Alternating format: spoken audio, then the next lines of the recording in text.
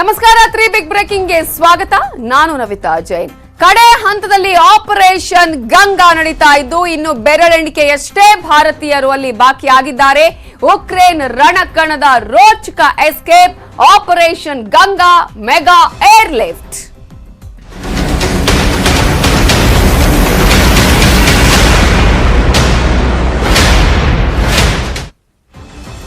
ರಣಭೀಕರ ಯುದ್ಧದ ನಡುವೆ ರೋಚಕ ಆಪರೇಷನ್ ಭರದಿಂದ ಸಾಗ್ತಾ ಇದೆ. ಭಾರತದಿಂದ ಮೆಗಾ ಆಪರೇಷನ್ ಗಂಗಾ ನಡೀತಾ ಇದ್ದು ಬಹುತೇಕ ಅಂತಿಮ ಹಂತಕ್ಕೆ ಬಂದು ನಿಂತಿದೆ ಕಾರ್ಯಾಚರಣೆ. ಭಾರತೀಯರನ್ನ ಅಲ್ಲಿಂದ ರೆಸ್ಕ್ಯೂ ಮಾಡುವಂತಹ ಕಾರ್ಯಾಚರಣೆ ಬಹಳ ವೇಗವಾಗಿ ನಡೀತಾ ಇದ್ದು ಭಾರತದಿಂದ ಮೆಗಾ ಆಪರೇಷನ್ ಗಂಗಾ ನಡೀತಾ ಇದೆ. ಬಹುತೇಕ ಅಂತಿಮ ಹಂತಕ್ಕೆ ಕಾರ್ಯಾಚರಣೆ ಈಗ ಬಂದಿದೆ. ಒಂದೇ ವಾರದಲ್ಲಿ 16,500ಕ್ಕೂ ಹೆಚ್ಚು ಜನರನ್ನ ರಕ್ಷಣೆ ಮಾಡಲಾಗಿದೆ. ಉಕ್ರೇನ್ನಿಂದ ಮೆಡಿಕಲ್ ವಿದ್ಯಾರ್ಥಿಗಳನ್ನ ರಕ್ಷಿಸಲಾಗಿದೆ. ಕೊನೆ ಹಂತಕ್ಕೆ ಬಂದಿದೆ ಈಗ ಮೆಗಾ ಏರ್ ಲಿಫ್ಟ್. ಖಾರ್ಕಿವ್, ಬುಡಾಪೆಸ್ಟ್ನಿಂದ ಬಹುತೇಕ ಎಲ್ಲರನ್ನ ರಕ್ಷಣೆ ಮಾಡಲಾಗಿದೆ. ರೊಮೇನಿಯಾ, ಹಂಗೇರಿಯ ಗಡಿಯಿಂದ ಏರ್ ಲಿಫ್ಟ್ ಮಾಡಲಾಗಿದ್ದು ಕೇವಲ ಕೀವ್ನಲ್ಲಿ ಸಿಲುಕಿದವರ ರಕ್ಷಣೆ ಮಾತ್ರ ಈಗ ಬಾಕಿ ಇರುವಂತದ್ದು. ಕೀವ್ನಿಂದ ಗಡಿಗಳತ್ತ ಮರಳೋದಿಕ್ಕೂ ಕೂಡ ಬಸ್ ವ್ಯವಸ್ಥೆಯನ್ನ ಮಾಡಲಾಗಿದೆ. ರಷ್ಯಾದಿಂದಲೂ ಭಾರತದ ವಿದ್ಯಾರ್ಥಿಗಳಿಗೆ ಬಸ್ ವ್ಯವಸ್ಥೆಯನ್ನ ಮಾಡಲಾಗಿದ್ದು ಗಡಿಗಳತ್ತ ಬಂದ ವಿದ್ಯಾರ್ಥಿಗಳನ್ನ ಏರ್ ಲಿಫ್ಟ್ ಮಾಡಲಾಗ್ತಾ ಇದೆ. ನಿನ್ನೆ 2135 ವಿದ್ಯಾರ್ಥಿಗಳು ಆಲ್ರೆಡಿ ಭಾರತಕ್ಕೆ ವಾಪಸ್ಸಾಗಿದ್ದಾರೆ. ಇವತ್ತು ಕೂಡ ಸುಮಾರು 1500 ವಿದ್ಯಾರ್ಥಿಗಳು ವಾಪಸ್ ಆಗಲಿದ್ದಾರೆ. ಉಳಿದವರ ರಕ್ಷಣೆಗೋಸ್ಕರ ಗೂಗಲ್ ಫಾರ್ಮ್ ಸರ್ವೆಯನ್ನ ಮಾಡಲಾಗ್ತಾ ಇದ್ದು ಇವತ್ತು 7 ವಿಶೇಷ ವಿಮಾನಗಳ ಮೂಲಕ ಸುಮಾರು 1500 ಜನರು ಭಾರತಕ್ಕೆ ವಾಪಸ್ ಆಗಲಿದ್ದಾರೆ. ಆಲ್ಮೋಸ್ಟ್ 16,500 ಜನ ಈಗಾಗಲೇ ಭಾರತಕ್ಕೆ ಬಂದು ತಲುಪಿದ್ದಾರೆ. ಅನೇಕ ಮೆಡಿಕಲ್ ವಿದ್ಯಾರ್ಥಿಗಳನ್ನ ರಕ್ಷಣೆ ಮಾಡಲಾಗಿದೆ. ಇನ್ನು ಕೀವ್ನಲ್ಲಿ ಇರುವಂತಹವರನ್ನ ಮಾತ್ರ ರಕ್ಷಣೆ ಮಾಡೋದಕ್ಕೆ ಬಾಕಿ ಇರುವಂತದ್ದು. ಆಪರೇಷನ್ ಗಂಗಾ ಹೆಸರು ನಡೀತಾ ಇರುವಂತಹ ಈ ಒಂದು ರಕ್ಷಣಾ ಕಾರ್ಯಾಚರಣೆಯಲ್ಲಿ ಭಾರತ ಒಂದು ವಾರದಲ್ಲೇ ಆಲ್ಮೋಸ್ಟ್ 16,500 ಜನರನ್ನ ಈಗ ಭಾರತಕ್ಕೆ ಕರ್ಕೊಂಡು ಬಂದಿದೆ. ಏರ್ ಲಿಫ್ಟ್ ಮಾಡಲಾಗಿದೆ. ಉಕ್ರೇನ್ನಲ್ಲಿ ಸಿಲುಕಿರುವಂತಹ ಭಾರತೀಯರ ರಕ್ಷಣೆಗೆ ಈಗ ಸರ್ಕಾರ ಕಟಿಬದ್ಧವಾಗಿದ್ದು ಒಂದ್ ಕಡೆ ಎಂಬಸಿ ಥ್ರೂ ಕೂಡ ವಿದೇಶಾಂಗ ಇಲಾಖೆಯ ಮೂಲಕ ಈಗ ಅಲ್ಲಿನ ಭಾರತೀಯರನ್ನ ವಾಪಸ್ ಕರೆಸುವಂತಹ ಪ್ರಯತ್ನ ನಿರಂತರವಾಗಿ ನಡೀತಾ ಇದೆ. ಈಗಾಗಲೇ ಯಾರ್ಯಾರು ಗಡಿಗಳತ್ತ ಬಂದಿದ್ದಾರೆ ಆ ವಿದ್ಯಾರ್ಥಿಗಳನ್ನ ಕೂಡ ಏರ್ ಲಿಫ್ಟ್ ಮಾಡಲಾಗ್ತಾ ಇದೆ. ಇವತ್ತು 8 ವಿಮಾನಗಳ ಮೂಲಕ ಮತ್ತೆ 1500 ಮಂದಿಯನ್ನ ವಾಪಸ್ ಕರೆ ತರುವಂತಹ ಪ್ರಯತ್ನವನ್ನ ನಿರಂತರವಾಗಿ ಮಾಡಲಾಗುತ್ತೆ. ಕೊನೆ ಹಂತಕ್ಕೆ ಬಂದು ನಿಂತಿದೆ ಮೆಗಾ ಏರ್ ಲಿಫ್ಟ್. ಕಳೆದ ಒಂದು ವಾರದಿಂದ ಭಾರತ ಸತತವಾಗಿ ಅನೇಕ ವಿಮಾನಗಳ ಮೂಲಕ ಭಾರತೀಯರನ್ನ ಕರೆತರುವಂತಹ ಪ್ರಯತ್ನವನ್ನ ಮಾಡ್ತಾ ಇದೆ. ಆ ಒಂದು ಪ್ರಯತ್ನದಲ್ಲಿ ಈಗ ಅನೇಕ ವಿದ್ಯಾರ್ಥಿಗಳು ಸೇರಿದಂತೆ ಭಾರತೀಯರು ಈಗಾಗಲೇ ಆಗಮಿಸಿದ್ದಾರೆ. ಸೇನೆಯ ವಿಮಾನ ಸೇರಿ 76 ವಿಮಾನಗಳ ಕಾರ್ಯಾಚರಣೆಯನ್ನ ಮಾಡಲಾಗಿದೆ ಇಲ್ಲಿಯವರೆಗೂ. ಆದ್ರೆ ಕೀವ್ನಲ್ಲಿ ಒಂದಿಷ್ಟು ಮಂದಿ ಬಾಕಿ ಇದ್ದಾರೆ. ಉಕ್ರೇನ್ನ ರಾಜಧಾನಿ ಕೀವ್ನಲ್ಲಿ ಒಂದು ಸ್ವಲ್ಪ ಜನ ಬಾಕಿ ಇರೋದ್ರಿಂದ ಅವರನ್ನು ಕೂಡ ರಕ್ಷಣೆ ಮಾಡುವಂತಹ ಕೆಲಸವನ್ನ ಈಗಾಗಲೇ ಮಾಡಲಾಗ್ತಾ ಇದೆ. ಉಕ್ರೇನ್ನಿಂದ 38 ವಿದ್ಯಾರ್ಥಿಗಳು ಬೆಂಗಳೂರಿಗೆ ಆಗಮಿಸಿದ್ದಾರೆ. ಕೀವ್ ಹಾಗೂ ಖಾರ್ಕಿವ್ನಿಂದ ವಿದ್ಯಾರ್ಥಿಗಳು ರಿಟರ್ನ್ ಆಗಿದ್ದಾರೆ.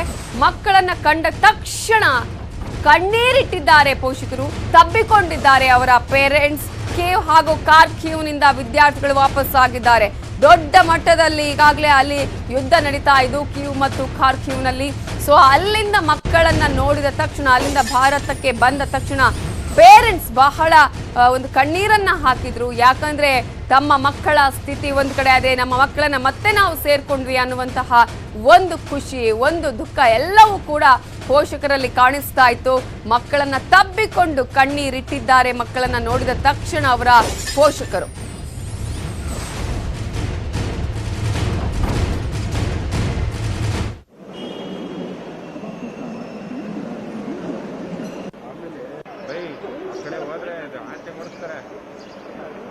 ಆ ಹೃದಯ ಸ್ಪರ್ಶಿ ಭಾವನೆಗಳನ್ನ, ಆ ಹೃದಯ ಸ್ಪರ್ಶಿ ದೃಶ್ಯಗಳನ್ನ ನೀವು ನೋಡಬಹುದು.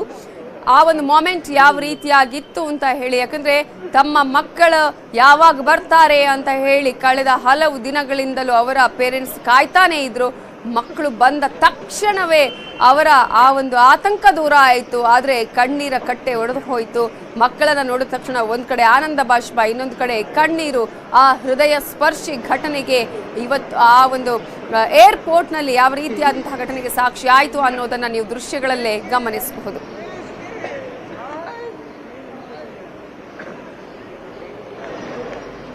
ಬೆಂಗಳೂರಿಗೆ ಬಂದಂತಹ ವಿದ್ಯಾರ್ಥಿಗಳ ಜೊತೆಗೆ ನಮ್ಮ ರಿಪೋರ್ಟರ್ ಮಂಜುನಾಥ್ ಚಿಟ್ಚಾಟ್ ಮಾಡಿದ್ದಾರೆ, ನೋಡೋಣ. ಉಕ್ರೇನ್ನಲ್ಲಿ ಸಿಲುಕಿದ್ದಂತಹ ವಿದ್ಯಾರ್ಥಿಗಳು ಒಬ್ಬೊಬ್ಬರಾಗಿ ಈಗಾಗಲೇ ಬೆಂಗಳೂರಿಗೆ ಆಗಮಿಸುತ್ತಿರುವಂತಹದ್ದು. ಇವತ್ತು ಕೂಡ ಅಷ್ಟೇ ಬೆಳ್ಳಂಬೆಳಗ್ಗೆ 7:10ಕ್ಕೆ ಸುಮಾರು 38 ಜನ ವಿದ್ಯಾರ್ಥಿಗಳು ಬೆಂಗಳೂರಿನ ಅಂತಾರಾಷ್ಟ್ರೀಯ ವಿಮಾನ ನಿಲ್ದಾಣಕ್ಕೆ ಆಗಮಿಸಿದ್ದಾರೆ. ಈಗ ನನ್ನ ಜೊತೆ ಮಾತನಾಡಲು ಅವರು ವಿದ್ಯಾರ್ಥಿನಿ ಕೂಡ ಇದ್ದಾರೆ, ಅವ್ರನ್ನು ಕೂಡ ಅಷ್ಟೇ ಮಾತನಾಡ್ಸೋಣ. ನೀವು ಸುಮಾರು ಎಷ್ಟು ದಿನ ಉಕ್ರೇನ್ನಲ್ಲಿ ಸಿಲುಕಿದ್ರಿ? ಏನೆಲ್ಲ ಸಂಕಷ್ಟಗಳನ್ನ ಆ ಒಂದು ಟೈಮ್ನಲ್ಲಿ ಪಟ್ರಿ ನೀವು? ನಾವು ಯುಕ್ರೇನಲ್ಲಿ 24th ಇಂದ ಮೆಟ್ರೋನಲ್ಲಿ ಇದ್ವಿ ಅಲ್ಲಿ. ಆಮೇಲೆ 2nd ಮಾರ್ಚ್ ಹಂಗೆ ನಾವು ಅಲ್ಲಿಂದ ಹೊರಡಕ್ಕೆ ಸ್ಟಾರ್ಟ್ ಮಾಡಿದ್ದು. ನಮಗೆ 2nd ಮಾರ್ಚಲ್ಲಿ ನಾವು ಟ್ರೈನ್ ತೊಗೊಂಡು ಲಿವಿವ್ಗೆ ಹೊರಟಿದ್ವಿ. ಆಮೇಲೆ ಲಿವಿವಲ್ಲಿ ಟ್ಯಾಕ್ಸಿ ಮಾಡಿಕೊಂಡು ಪೋಲೆಂಡ್ ಬಾರ್ಡರ್ ಹತ್ರ ಬಂದು ಅಲ್ಲಿಂದ ಬಾರ್ಡರ್ ಕ್ರಾಸ್ ಮಾಡೋದಕ್ಕೆ ಒಂದು 2 to 4 hours ವೆಯ್ಟ್ ಮಾಡಿ ಆಮೇಲೆ ಅಲ್ಲಿಂದ ಎಂಬಸಿ ಅವರು ನಮ್ಮನ್ನ ಬಸ್ಸಲ್ಲಿ ಕರ್ಕೊಂಡು ಹೋಟೆಲ್ಗೆ ಕರ್ಕೊಂಡು ಹೋಗಿದ್ರು. ಅಲ್ಲಿ ಒನ್ ಡೇ ಆದಮೇಲೆ ನೆಕ್ಸ್ಟ್ ಡೇ ನಮಗೆ ಫ್ಲೈಟ್ ಸಿಕ್ಕಿ ಅಲ್ಲಿಂದ ಇಲ್ಲಿಗೆ ಬಂದಿದ್ವಿ. ಉಕ್ರೇನ್ನಲ್ಲಿ ಯುದ್ಧ ಶುರುವಾಗ ಆಲ್ಮೋಸ್ಟ್ 15 days ಆಯಿತು. 15 days ಇಂದಲೂ ಕೂಡ ಅಷ್ಟೇ ನಿಮ್ಮ ಫ್ಯಾಮಿಲಿಯವರಿಗೆ ಯಾವ ರೀತಿಯಾಗಿ ಧೈರ್ಯವನ್ನ ನೀವು ಹೇಳ್ತಾ ಇದ್ರ ಅಥವಾ ನಿಮ್ಮ ತಂದೆಯವರು ನಿಮ್ಗೆ ಏನಾದರೂ ಪ್ರತಿನಿತ್ಯ ಫೋನ್ ಮಾಡಿ ಧೈರ್ಯವನ್ನು ಹೇಳ್ತಿದ್ರೆ ಹೇಗೆ? ಅದು ನಾವು ಮೆಟ್ರೋನಲ್ಲಿ ಇದ್ರಿಂದ ಸರಿಯಾಗಿ ಸಿಗ್ನಲ್ ಸಿಗ್ತಾ ಇರಲಿಲ್ಲ ಫಸ್ಟ್ ಆಫ್ ಆಲ್. ಆದ್ರೂ ಹೆಂಗೋ ಮ್ಯಾನೇಜ್ ಮಾಡಿ ಕಾಲ್ ಮಾಡ್ತಾ ಇದ್ವಿ. ಬಟ್ ಮೆಟ್ರೋನಲ್ಲಿ ನಮಗೆ ಜಾಸ್ತಿ ಸೌಂಡ್ಸ್ ಏನು ಆಚೆ ಬಾಂಬ್ ಸೌಂಡ್ ಕೇಳಿಸ್ತಾ ಇರಲಿಲ್ಲ. ಹಂಗೆ ಅಂದ್ಕೊಂಡೆ ಹೇಳ್ತಾ ಇದ್ವಿ ನಾವು. ಸರ್ ಹೇಳಿ, ಕೊನೆಗೂ 15 ದಿನ ನರಕ ಯಾತನೆ ಬಹುಶಃ ನೀವು ಪಟ್ಟಿರ್ತೀರಾ, ಮಗಳೇನಾದ್ರು ಏನಾಯ್ತು ಅಂತ. ಸೊ ಫೈನಲಿ ಈಗ ಮಗಳು ನೋಡಿದ್ರಿ, ಏನ್ ಅನಿಸ್ತಿದೆ ಸರ್ ಈ ಮೂಮೆಂಟ್? ಮಾತೃಭೂಮಿಗೆ ಬಂದಿದ್ದು ತುಂಬಾ ಖುಷಿ ಆಯಿತು. ಬಟ್ ಇಂಡಿಯಾನಲ್ಲಿರೋಷ್ಟು, ನಮ್ಮ ಭಾರತ ದೇಶದಲ್ಲಿರೋಷ್ಟು ಸೇಫ್ಟಿ ಎಲ್ಲೂ ಇಲ್ಲ. ನಾವು ಅನ್ಕೊಳ್ತೀವಿ ಬೇರೆ ಅಲ್ಲ ಆ ದೇಶ ಈ ದೇಶ ಅಂತ. ಖಂಡಿತವಲ್ಲೂ ಇಲ್ಲಿನಷ್ಟು ಸೌಲಭ್ಯಗಳು, ಇಲ್ಲಿನಷ್ಟು ಫ್ರೀಡಮ್ ಬೇರೆ ಎಲ್ಲೂ ಇಲ್ಲ. ಏನು ಮಕ್ಕಳನ್ನ ಒಂದೊಳ್ಳೆ ಭವಿಷ್ಯ ರೂಪಿಸಬೇಕು, ಒಂದೊಳ್ಳೆ ಪೊಸಿಷನ್ ಅಲ್ಲಿ ನೋಡ್ಬೇಕು ಅನ್ನೋ ಕಾರಣಕ್ಕೋಸ್ಕರ ಉಕ್ರೇನ್ಗೆ ಕಳಿಸಿದ್ರಿ. ಬಟ್ ಈ ತರ ಇನ್ಸಿಡೆಂಟ್ ಆಯ್ತು. ಈಗ ಮತ್ತೆ ಏನು, ಈಗ ಏನಾದ್ರೂ ಯುದ್ಧ ಕಡಿಮೆ ಆದಂತ ವೇಳೆಯಲ್ಲಿ ಮತ್ತೆ ನಿಮ್ಮ ಮಗುನ ಉಕ್ರೇನ್ಗೆ ಕಳಿಸ್ತೀರಾ ಅಥವಾ ಬೇಡಪ್ಪ ಇಲ್ಲೇ ಏನಾದ್ರೂ ಓದ್ಸಕ್ ಮುಂದೆ ವ್ಯವಸ್ಥೆಯನ್ನ ಮಾಡ್ತೀರಾ? ಇಲ್ಲಿ ನಮ್ಮ ಕೇಂದ್ರ ಸರ್ಕಾರದವ್ರು ಏನೋ ಹೇಳಿದ್ದಾರೆ, ಏನೋ ಒಂದು ವ್ಯವಸ್ಥೆ ಮಾಡ್ತೇವೆ ಅಂತ. ನಾವು ಅದನ್ನ ಕಾಯ್ತಾ ಇದ್ದೀವಿ. ಬಟ್ ಏನಂದ್ರೆ ಮಗು ಓದೋ ಮಗು, ಇವಳು 94-95% PU ಬಟ್ ಇಲ್ಲಿ ಮೆಡಿಕಲ್ ಸಿಗ್ಲಿಲ್ಲ. ಸೊ ಆದ್ರಿಂದ ಅವಳು ನನ್ನ ಡಾಕ್ಟರ್ ಆಗಬೇಕು, ಸೋಷಿಯಲ್ ಸರ್ವಿಸ್ ಮಾಡಬೇಕು ಅನ್ನೋ ಒಂದು ಇದಕ್ಕೆ ಅವಳನ್ನ ಮೆಡಿಕಲ್ ಮಾಡ್ಲಿಕ್ಕೆ ಕಳಿಸಿದ್ದು. ಸೊ ಏನ್ ಮಾಡೋದು, ಅಲ್ಲಿ ಈ ತರ ಆಯ್ತು. 4 ವರ್ಷ ಅಲ್ಲಿ ಓದಿದ್ದಾಳೆ, ಅಲ್ಲೂ ಚೆನ್ನಾಗಿ ಓದಿದ್ದಾಳೆ. ಬಟ್ ಮುಂದೆ ಇವಾಗ ನಮ್ಗೆ ಹತಾಂತರವಾಗಿದೆ. ನಮ್ಗೆ ದಯವಿಟ್ಟು ಸೆಂಟ್ರಲ್ ಗೌರ್ಮೆಂಟ್ ಆಗಲಿ, ಸ್ಟೇಟ್ ಗೌರ್ಮೆಂಟ್ ಆಗಲಿ ಏನಾದ್ರು ಒಂದು ಇದಕ್ಕೆ ದಾರಿ ತೋರಿಸಬೇಕು. ಇದಿಷ್ಟು ಈಗಷ್ಟೇ ಉಕ್ರೇನ್ನಿಂದ ದೆಹಲಿಯಿಂದ ನೇರವಾಗಿ ಬೆಂಗಳೂರಿಗೆ ಬಂದಂತ ವಿದ್ಯಾರ್ಥಿನಿ ಮತ್ತು ಅವರ ತಂದೆ ಹೇಳ್ತಿರುವಂತಹದ್ದು. ಕ್ಯಾಮರಾ ಪರ್ಸನ್ ವೆಂಕಟೇಶ್ವರ್ ಜೊತೆ ಮಂಜುನಾಥ್, ನ್ಯೂಸ್ 18 ಕನ್ನಡ, ಬೆಂಗಳೂರು. ಇವರಷ್ಟೇ ಅಲ್ಲ, ಇನ್ನು ಕೂಡ ಅನೇಕ ವಿದ್ಯಾರ್ಥಿಗಳು ಬೆಂಗಳೂರಿಗೆ ಬಂದಿದ್ದಾರೆ, ತಮ್ಮ ಅನುಭವಗಳನ್ನ ಹಂಚಿಕೊಂಡಿದ್ದಾರೆ. ಅವರು ಏನ್ ಹೇಳಿದ್ದಾರೆ ನೋಡೋಣ. ನಿನ್ನೆ ದೆಹಲಿಯ ಕರ್ನಾಟಕ ಭವನದಲ್ಲಿ ತಂಗಿದ್ದಂತಹ ವಿದ್ಯಾರ್ಥಿಗಳು ಇವತ್ತು ಬೆಳ್ಳಂಬೆಳಗ್ಗೆ 38 ಜನ ಬೆಂಗಳೂರಿನ ಅಂತಾರಾಷ್ಟ್ರೀಯ ವಿಮಾನ ನಿಲ್ದಾಣಕ್ಕೆ ಆಗಮಿಸಿದ್ದಾರೆ. ನನ್ನ ಜೊತೆ ಈಗಷ್ಟೇ ಬಂದಂತಹ ವಿದ್ಯಾರ್ಥಿನಿ ವರ್ಷಿತಾ ಇದ್ದಾರೆ, ಅವ್ರನ್ನು ಕೂಡ ಅಷ್ಟೇ ಕೇಳೋಣ. ವರ್ಷಿತಾ ಹೇಳಿ, ನೀವು ಎಷ್ಟು ದಿನಗಳ ಕಾಲ ಉಕ್ರೇನ್ನಲ್ಲಿ ಸಿಲುಕಿದ್ರಿ ಮತ್ತು ಯಾವ ಭಾಗದಲ್ಲಿದ್ರಿ ನೀವು? ನಾವು ಕಾರ್ಕಿವ್ ಅನ್ನೋ ರೀಜನ್ ಅಲ್ಲಿ ಇದ್ವಿ. 7 days ನಮಗೆ ಮೆಟ್ರೋ ಬಾಂಬಿಂಗ್ ಎಲ್ಲ ಸ್ಟಾರ್ಟ್ ಆದಾಗ ಮೆಟ್ರೋ ಬಂಕರ್ ಒಳಗಡೆ ಹೈಡ್ ಮಾಡ್ಕೊಳಕ್ ಹೇಳಿದ್ರು. ಸೊ 7 days ಇದ್ದೆ ಇದರಲ್ಲಿ. ನಮ್ಗೆ ಸ್ಟಾರ್ಟಿಂಗ್ ಒಂದ್ 2-3 ದಿನಕ್ಕೆ ಊಟದ ವ್ಯವಸ್ಥೆ ಅದೆಲ್ಲ, ಮತ್ತೆ ನಮ್ಮ ಹತ್ರ ಇದ್ದಿದ್ ರೇಷನ್ ಎಲ್ಲ ಇತ್ತು. ಅದಾದ್ಮೇಲೆ ನಮ್ಮ ಹತ್ರ ಇದ್ದಿದ್ದು ರೇಷನ್ ಆಗ್ಲಿ ಅಥವಾ ಸ್ನಾಕ್ಸ್ ಆಗ್ಲಿ ಎಲ್ಲ ಖಾಲಿ ಆಗಿತ್ತು. ಸೊ ತುಂಬಾ ತೊಂದರೆ ಆಗಿತ್ತಾಗ. ಇನ್ನೂ ಕೂಡ ಉಕ್ರೇನ್ ನಲ್ಲಿ ಯುದ್ಧ ಆಗ್ತಿದ್ಯಾ? ಅಲ್ಲಿನ ಸ್ಥಿತಿ ಇನ್ನು ಯಾವ ರೀತಿಯಾಗಿದೆ? ಅಲ್ಲಿ ಆಕ್ಚುಲಿ ಇವಾಗ ನಾವು ಬಂದ್ಮೇಲೆ ಇನ್ನ ತುಂಬಾ ವರ್ಸ್ಟ್ ಆಗಿದೆ ಸಿಚುವೇಶನ್. ಅಲ್ಲಿ ನಮ್ ಟೀಚರ್ಸ್ ಇದಾರೆ, ನಮ್ಮ ಗೊತ್ತಿರೋ ಯುಕ್ರೇನಿಯನ್ಸ್ ಇದಾರೆ, ಅವರು ಎಲ್ಲ ಯುಕ್ರೇನ್ ಬಿಟ್ಟು ಹೋಗ್ತಿದ್ದಾರೆ. ಸೊ ಇವಾಗ ಸಿಚುವೇಶನ್ ತುಂಬಾ ವರ್ಸ್ಟ್ ಆಗ್ತಿದೆ. ಇನ್ನ ನಿಮ್ಮ ಪ್ರಕಾರವಾಗಿ ಇನ್ನು ಎಷ್ಟು ಜನ ಕನ್ನಡಿಗರು ಉಕ್ರೇನ್ ನಲ್ಲಿ ಸಿಲುಕಿದ್ದಾರೆ? ನನ್ನ ಫ್ರೆಂಡ್ಸ್ ಮತ್ತೆ ನನ್ನ ಜೂನಿಯರ್ ಸೀನಿಯರ್ಸ್ ಅಂತೆಲ್ಲ ಬಂದಾಗ ಅವರು 50 ಮೆಂಬರ್ಸ್ ರಷ್ಯನ್ ಬಾರ್ಡರ್ ಅಲ್ಲಿ ಕ್ರಾಸ್ ಮಾಡಿದ್ದಾರೆ. ಸೊ ಈಗ ಅವ್ರಿಗೆಲ್ಲ ಬಸ್ ವ್ಯವಸ್ಥೆ ಆಗಿ ಇಂಡಿಯಾಗೆ ಹೊರಟಿದ್ದಾರೆ. ಸೊ ಇನ್ನ ಕೆಲವರು ಸಿಕ್ಕಾಕೊಂಡಿದ್ದಾರೆ, ಬಟ್ ಎಕ್ಸಾಕ್ಟ್ ಮಾಹಿತಿ ಇಲ್ಲ. ಸರ್, ಒಂದು 15 ದಿನ ಆಗಿದೆ, ಬಹುಶಃ ನೀವು ಸರಿಯಾಗಿ ಊಟ ಮಾಡಿರ್ತಿರಲ್ಲ ಗೊತ್ತಿಲ್ಲ. ನಿಮ್ಮ ಮಗಳನ್ನ ಕೊನೆಯದಾಗೂ ನೋಡಿದ್ರಿ, ಏನ್ ನೋಡ್ತೀನಿ ಅಂತ ಅನ್ಸಿತ್ತಾ, ಹೇಗೆ ಸರ್ ನಿಮ್ಗೆ? ಇಲ್ಲ ಸರ್, ತುಂಬಾ ಕಷ್ಟಕರದಲ್ಲಿತ್ತು. ಆದ್ರೆ ಈಗ ನೋಡ್ತಾ ಇದು ಬಾರಿ ಸಂತೋಷ ಆಗುತ್ತೆ. ಇದರ ಬಗ್ಗೆ ನಾವು ನಮ್ಮ ಕೇಂದ್ರ ಸರ್ಕಾರಕ್ಕೂ ಮತ್ತು ರಾಜ್ಯ ಸರ್ಕಾರಕ್ಕೂ ನಮ್ಮ ಮೋದಿಜಿ ಅವರಿಗೆ ಧನ್ಯವಾದ ಹೇಳಬೇಕು. ಎಲ್ಲ ಮಕ್ಕಳನ್ನ ಸುರಕ್ಷಿತವಾಗಿ ತಗೊಂಡ್ಬರ್ತಾ ಇರೋದ್ರಿಂದ ಭಾರಿ ಸಂತೋಷ ಆಗ್ತಾ ಇದೆ. ಹಾಗಾಗಿ ಇನ್ನು ಯಾರು ಉಳಿದಿದಾರ ಆ ಮಕ್ಕಳನ್ನೆಲ್ಲ ಇದೇ ತರ ಎಲ್ಲ ಪೋಷಕರಿಗೆ ತಂದು ಒಪ್ಪಿಸ್ಬೇಕು ಅನ್ನೋದು ನಮ್ಮ ಆಸೆ ಇದೆ. ನನ್ನ ಜೊತೆ ಮಾತನಾಡಲು ಅವರು ವಿದ್ಯಾರ್ಥಿ ಕೂಡ ಇದ್ದಾರೆ, ಅವ್ರನ್ನ ಕೂಡ ಅಷ್ಟೇ ಮಾತನಾಡ್ಸೋಣ. ಹೇಳಿ, ಸುಮಾರು 15 ದಿನಗಳಿಂದಲೂ ಕೂಡ ಅಷ್ಟೇ ನೀವು ಅಲ್ಲಿ ಸಿಲುಕಿದ್ರಿ, ಅಲ್ಲಿನ ಸಿಚುಯೇಷನ್ ಈಗಲೂ ಕೂಡ ಅಷ್ಟೇ ಅದೇ ರೀತಿಯಾಗಿದೆಯಾ, ಮತ್ತೆ ಏನಾದರೂ ಬದಲಾವಣೆ ಆಗಿದೆ? ಸರ್, ಚೇಂಜಸ್ ತಂದಿದೆ.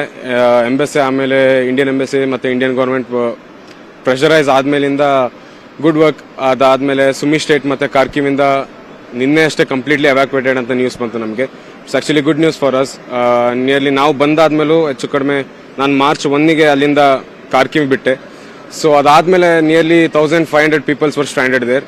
ಅವರೆಲ್ಲರೂ ಎವ್ಯಾಕ್ಯುವೇಟ್ ಆಗಿದ್ದಾರೆ ಅಂತ ಹೇಳಿದ್ದಾರೆ. ನನ್ನ ಫ್ರೆಂಡ್ಸ್ ಎಲ್ಲರೂ ಸೇಫ್ ಆಗಿದ್ದಾರೆ, ಅಲ್ಲಿರೋ ಪ್ರತಿಯೊಬ್ಬರು ಸೇಫ್ ಆಗಿದ್ದಾರೆ ಅಂತ ಹೇಳಕ್ ಇಷ್ಟಪಡ್ತೀನಿ. ಈಗ ಬಂಕರ್ಗಳಲ್ಲಿ ಸಿಲುಕಿದ್ದಂತ ಟೈಮ್ನಲ್ಲಿ ಎಷ್ಟು ದಿನ ನೀವು ಬಂಕರ್ನ ಒಳಗಡೆ ಇದ್ರಿ, ಏನೆಲ್ಲ ರೀತಿಯಂತ ಪ್ರಾಬ್ಲಮ್ಸ್ನ ಆ ಟೈಮ್ನಲ್ಲಿ ಫೇಸ್ ಮಾಡಿದ್ರಿ ನೀವು?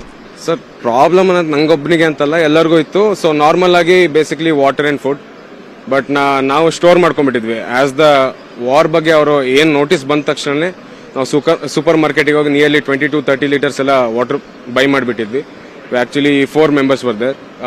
ಸೊ ವಾಟರ್ ಇತ್ತು. ಸೊ ಫುಡ್ ಏನು ಅಂದ್ರೆ ಬಿಸ್ಕೆಟ್ಸ್, ನಾರ್ಮಲಿ ಬನ್ಸ್, ಬ್ರೆಡ್ಸ್ ಇದಿಷ್ಟ ಇತ್ತು ಸರ್. ಒಂದಷ್ಟು ಜನ ವಿದ್ಯಾರ್ಥಿಗಳು ಹೇಳ್ತಾ ಇದ್ರು, ಬಾರ್ಡರ್ಗೆ ಬರಬೇಕು ಅಂದ್ರೆ ನಾವು ತುಂಬಾನೇ ಕಷ್ಟಪಡಬೇಕಾಗಿತ್ತು, ಇಂಡಿಯನ್ಸ್ ನ ಯಾರು ಕೂಡ ಅಷ್ಟೇ ಹತ್ತಿಸ್ಕೊಳ್ತಾ ಇರಲಿಲ್ಲ, ಅವ್ರ ದೇಶದ ಪ್ರಜೆಗಳಿಗೆ ಮಾತ್ರ ಮೊದಲನೇ ಅವಕಾಶವನ್ನು ಕೊಡ್ತಿದ್ರು, ನಾವು ನಡ್ಕೊಂಡೇ ಹೋಗ್ಬೇಕಾಗಿತ್ತು 16 ಕಿಲೋಮೀಟರ್ ಅನ್ನುವಂತ ಮಾತನ್ನ ಹೇಳ್ತಾ ಇದ್ರು. ನಿಜಾನ ಅದು? ಸರ್, ನನ್ನ ಕೇಸಲ್ಲಿ ಹಂಗಂತೂ ಆಗಿಲ್ಲ. ನಂಗೆ ಎಲ್ಲಾ ಕಡೆ ಹೋಗ್ತಿರಬೇಕಾರೆ ಇಟ್ಸ್ ಲೈಕ್ ನಾನು ಎಲ್ಲೆಲ್ಲಿ ಹೋಗ್ತೀನಿ ನಂಗೆ ಕರೆಕ್ಟ್ ಆಗಿ ಸಿಕ್ತು. Even they also helped me. ಅವ್ರು ತಡೆದ್ರು ಅಂತಾನೆ ಹೇಳಕ್ಕಾಗಲ್ಲ. ನಂಗೆ ಕ್ಯಾಬ್ ಇಲ್ದೇ ಇದ್ದಾಗ ಆರ್ಮಿ ಅವರೇ ನಿಲ್ಸಿ ಒಗ್ಸಾಲ್ ಅಂತಾರೆ, ಅಂದ್ರೆ ರೈಲ್ವೆ ಸ್ಟೇಷನ್ಗೆ ಕಳಿಸಿದವ್ರೆ. ಸೊ ನಂಗೇನು ಆ ಥರ ಏನೂ ಪ್ರಾಬ್ಲಮ್ ಆಗಿಲ್ಲ. ಬಟ್ ಬೇರೆಗಾಗಿದ್ರೆ ನಂಗೆ ಗೊತ್ತಿಲ್ಲ ಸರ್. ಅದು ಸುಮಾರು ಇನ್ನು ಎಷ್ಟು ಜನ ವಿದ್ಯಾರ್ಥಿಗಳು, ಅದರಲ್ಲೂ ಕನ್ನಡಿಗರು, ಉಕ್ರೇನ್ನ ವಿವಿಧ ಭಾಗದಲ್ಲಿ ಸಿಲುಕಾಕೊಂಡಿದ್ದಾರೆ ಈಗ? ಸರ್, ಅಟ್ ಪ್ರೆಸೆಂಟ್ ನಮ್ಗೆ ಗೊತ್ತಿರೋ ಪ್ರಕಾರ ಎಲ್ಲರೂ ಎವ್ಯಾಕ್ಯುಯೇಟೆಡ್ ಆಗಿದ್ದಾರೆ ಸರ್. ಆಲ್ಮೋಸ್ಟ್ ಆಲ್ ಎಲ್ಲರೂ ವೆಸ್ಟರ್ನ್ ಬಾರ್ಡರ್ ಮುಟ್ಟಿದ್ದಾರೆ. ಸೊ ಒಂದು ಗ್ರೂಪ್ ಇತ್ತು ನಿನ್ನೆ ತನಕ, ಅವರು ಸಹಿತ ವೆಸ್ಟರ್ನ್ ಬಾರ್ಡರ್ ಮುಟ್ಟಿದ್ದಾರೆ ಅಂತ ನಂಗೆ ಇನ್ಫಾರ್ಮೇಶನ್ ಬಂತು ನಿನ್ನೆ ನೈಟ್ ಹಂಗೆ. So that's good sir. ಮುಂದಿನ ನಿಮ್ಮ ನಿರ್ಧಾರ ಏನು? ಈಗಾಗಲೇ ಎಷ್ಟನೇ ವರ್ಷ ನೀವು ವಿದ್ಯಾಭ್ಯಾಸ ಮಾಡ್ತಿರೋದು? ನಾನೀಗ 3rd ಇಯರ್ ಅಲ್ಲಿ ಇದ್ದೀನಿ. ಆಕ್ಚುಲಿ ಇನ್ 2 months ಅಲ್ಲಿ ನಂಗೆ ಮಿನಿಸ್ಟ್ರಿ ಎಕ್ಸಾಮ್ ಇತ್ತು. ಸೊ ಮೋಸ್ಟ್ ಪ್ರಾಬಲಿ ಅದನ್ನ ಪೋಸ್ಟ್ಪೋನ್ ಮಾಡ್ತಾರೆ. ಇಲ್ಲಿ ಕರ್ನಾಟಕ ಗೌರ್ಮೆಂಟ್ ಅಥವಾ ಇಂಡಿಯನ್ ಗೌರ್ಮೆಂಟ್ ಏನಾದ್ರು ಫರ್ದರ್ ಅಹೆಡ್ ಏನಾದ್ರು ಡಿಸಿಷನ್ ತಗೊಂಡ್ರು ಅಂತಂದ್ರೆ ಸ್ವಲ್ಪ ಎಜುಕೇಶನ್ ನಮಗೆ ಹೆಲ್ಪ್ ಆಗುತ್ತೆ. ಆಲ್ರೆಡಿ ಕೋವಿಡ್ ಹಿಟ್ ಆಗಿರೋದ್ರಿಂದ ನಿಯರ್ಲಿ 8 to 10 months ನಮಗೆ ಲಾಸ್ ಆಯಿತು. ಮತ್ತೆ ಅಗೇನ್ ಈಗ ಇದು ಅಂತಂದ್ರೆ ನಿಯರ್ಲಿ 8 to 10 months ಮತ್ತೆ ಹೊಡೆತ ಬೀಳುತ್ತೆ. So I hope government will help us. ಈಗ ನಿಮ್ಮ ವಿದ್ಯಾರ್ಥಿಗಳ ಭವಿಷ್ಯದ ದೃಷ್ಟಿಯಿಂದ ಕೇಂದ್ರ ಸರ್ಕಾರಕ್ಕೆ ಏನ್ ಹೇಳಕ್ ಇಷ್ಟಪಡ್ತೀರಾ?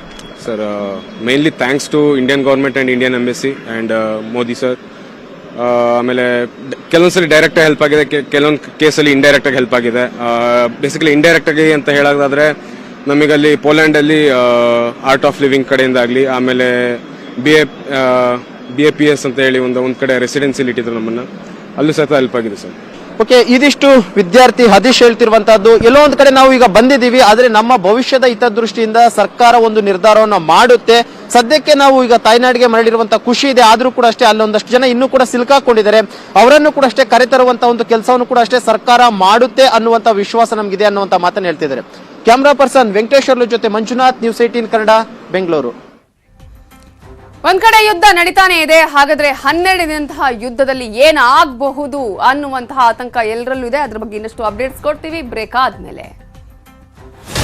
ಉತ್ತರ ಪ್ರದೇಶ, ಉತ್ತರ